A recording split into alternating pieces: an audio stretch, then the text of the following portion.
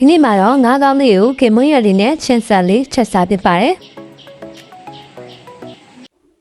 ဦးတယ်ဘီယာနဲ့ခင်မွန်းရည်ရဲ့ခရမ်းညံနေရဲ့ခင်ညမုံရဲ့စားရဲ့ကျွတ်တာမုံရဲ့ငပိရဲ့စနွေးမုံရဲ့ထည့်ပြီးတော့အရင်ဆုံးခင်မွန်းရည်တွေကိုလုံးချလိုက်ပါမယ်။ခင်မွန်းရည်တွေနွမ်းလို့ကြည်တွားပြီးဆိုတာနဲ့ငါးကောင်းအောင်ထည့်မှာဖြစ်ပါတယ်။ငါးကောင်းကိုတော့စားစနင်းရဲ့ဂျင်းရည်ရဲ့ကျွတ်တွန်ကြီးရဲ့နေထားပါတယ်။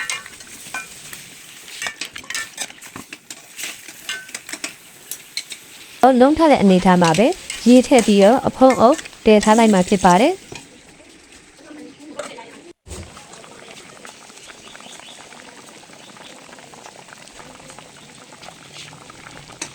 ပပွက်ဆူလာပြီဆိုရင်တော့တင့်ပြနာတဲ့စစ်တုံပြူရဲ့မရုပ်ဒီဇိုင်းရဲ့ထောင်သားတာတွေကိုထည့်မှဖြစ်ပါတယ်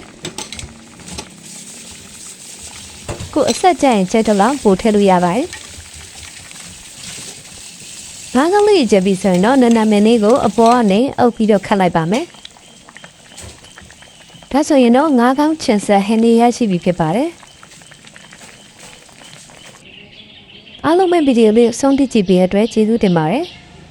ဗီဒီယိုလေးကိုကြိုက်နေတဲ့ဆိုရင် like and follow လေးလုပ်ခဲ့ပေးကြပါအောင်ရှင်။